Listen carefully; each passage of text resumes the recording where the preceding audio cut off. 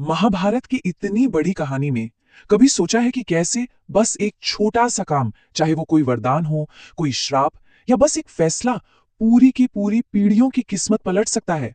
आज हम इसी उलझे हुए धागे को सुलझाने की कोशिश करेंगे। देखेंगे कि कैसे एक ही धागा पूरे महाकाव्य के ताने बाने को बदल कर रख देता है। और यही सवाल इस पूरी कहानी के दिल में है। सोचिए, एक वरदान जो मिला तो एक आशीर्वाद की तरह था, लेकिन अनजाने में उसी वरदान ने एक ऐसे भविष्य की नींव रख दी जो बहुत ही विनाशकारी होने वाला था। तो चलिए शुरू से शुरू करते हैं। कहानी की जड़ में दो बहुत ही अजीब घटनाएं हैं, एक दूसरे से बिल्कुल उल्टी, लेकिन इन्हीं दो घटनाओं ने एक पूरे परिवार की किस्मत को हमेशा हमेशा के लिए एक साथ बांध दिया। ये कहानी शुरू होती है एक युवा राजकुमारी कुंती से। अब कुंती अपने पिता के महल में आने वाले ऋषि मुनियों की सेवा में अपनी लगन के लिए बहुत मशहूर थी, और उनका यही सेवा भाव उनकी किस्मत का पहला पन्ना लिखने वाला था। हुआ ये कि एक बार ऋषि दुर्वासा उनके महल में पधारे। कुंती की निस्वार्थ सेवा देखकर वो इतने खुश हुए कि उन्होंने कुंती को एक बहुत शक्तिशाली मंत्र वरदान में दे दिया। अब पहली नजर में तो ये कमाल का तोहफा था, है ना? पर इसकी असली ताकत का अंदाजा शायद खुद कुंती को भी नहीं था। तो ये तो हुई कहानी की एक साइड। अब आते हैं दूसरे पहलू पर। हस्तिनापुर के राजा पांडु, जो कुंती के पति थे, उनकी किस्मत एक बिल्कुल अलग ही मोड़ लेने वाली थी, और वो भी सिर्फ एक गलती की वजह से। एक दिन शिकार करते वक्त पांडु ने गलती से एक हिरण के जोड़े पर तीर चला दिया, जो असल में ऋषि किंदम और उनकी पत्नी थे। बस मरते मरते ऋषि ने पांडु को श्राप दे दिया। श्राप ये था कि जिस पल भी वो अपनी पत्नी के साथ होंगे, उसी पल उनकी मौत हो जाएगी। और देखिए, यहीं आकर किस्मत के वो दो अलग अलग धागे एक साथ जुड़ जाते हैं। एक तरफ पांडु का श्राप है जो पूरे कुरुवंश को खत्म कर सकता है, और दूसरी तरफ कुंती का वरदान जो उस वंश को बचाने की अकेली उम्मीद है। मतलब एक जबरदस्त मुसीबत और उसका जादुई हल दोनों एक ही वक्त पर मौजूद थे। लेकिन कहानी में एक और पेच है।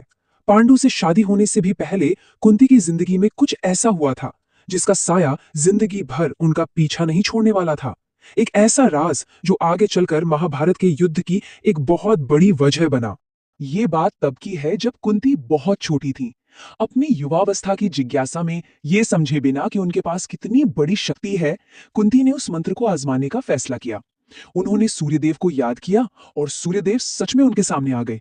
सूर्यदेव के आशीर्वाद से कुंती को एक बेटा हुआ, जो पैदा ही हुआ था दिव्य कवच और कुंडल के साथ। लेकिन अविवाहित मां होने और समाज के डर से कुंती ने उसे एक टोकरी में रखकर गंगा नदी में बहा दिया। वो बच्चा आगे चलकर अधिरथ नाम के एक सारथी को मिला, जिसने उसे पाला और नाम दिया कर्ण। और यहीं से शुरू होता है कर्ण की पहचान का वो संघर्ष जो जिंदगी भर चला। सोचिए, खून से वो एक देवता का पुत्र था, जन्म से एक कुरु राजकुमार, लेकिन दुनिया के लिए वो बस एक सूत पुत्र था, एक सारथी का बेटा। यही छिपा हुआ सच महाभारत की कई लड़ाइयों की असली जड़ था। अच्छा, अब कहानी को थोड़ा आगे बढ़ाते हैं। अब बात करते हैं उन बेटों की जिन्हें कुंती ने पांडु के लिए जन्म दिया। इनमें सबसे बड़े थे युधिष्ठिर, जिन्हें लोग धर्म का जीता जागता रूप मानते थे। पांडु के श्राप का हल निकालने के लिए कुंती ने अपने उसी वरदान का इस्तेमाल किया। उन्होंने धर्मदेव से युधिष्ठिर को पाया, वायुदेव से भीम को और इंद्रदेव से अर्जुन को। इतना ही नहीं, उन्होंने ये मंत्र पांडु की दूसरी पत्नी माद्री को भी दिया, जिससे अश्विनी कुमारों से नकुल और सहदेव का जन्म हुआ। और इस तरह पांचों पांडव भाई दुनिया में आए। युधिष्ठिर को लोग धर्मराज कहते थे, मतलब धर्म का राजा। और क्यों कहते थे? क्योंकि सच के लिए उनकी दीवानगी एक मिसाल बन गई थी। कहा जाता है कि उन्होंने अपनी पूरी जिंदगी में कभी झूठ का सहारा नहीं लिया। उनकी सच्चाई इतनी पवित्र मानी जाती थी कि कहते हैं उनका रथ कभी जमीन पर नहीं चलता था, वो हमेशा जमीन से 4 उंगल ऊपर हवा में रहता था।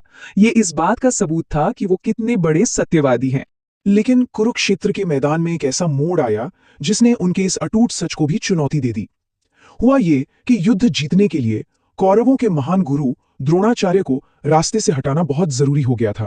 पर द्रोणाचार्य को हराना नामुमकिन सा था। वो अजेय थे। उनकी बस एक ही कमजोरी थी, अपने बेटे अश्वत्थामा से उनका बेइंतहा प्यार। और पांडवों को यह बात पता थी। उन्हें लगा कि अगर द्रोण को यह यकीन दिला दिया जाए कि उनका बेटा मारा गया, तो वो अपने हथियार डाल देंगे। दिक्कत यह थी कि द्रोणाचार्य किसी की बात पर यकीन नहीं करने वाले थे। वो जानते थे कि पूरी युद्ध भूमि में सिर्फ एक ही इंसान है जो झूठ नहीं बोल सकता, और वो थे युधिष्ठिर।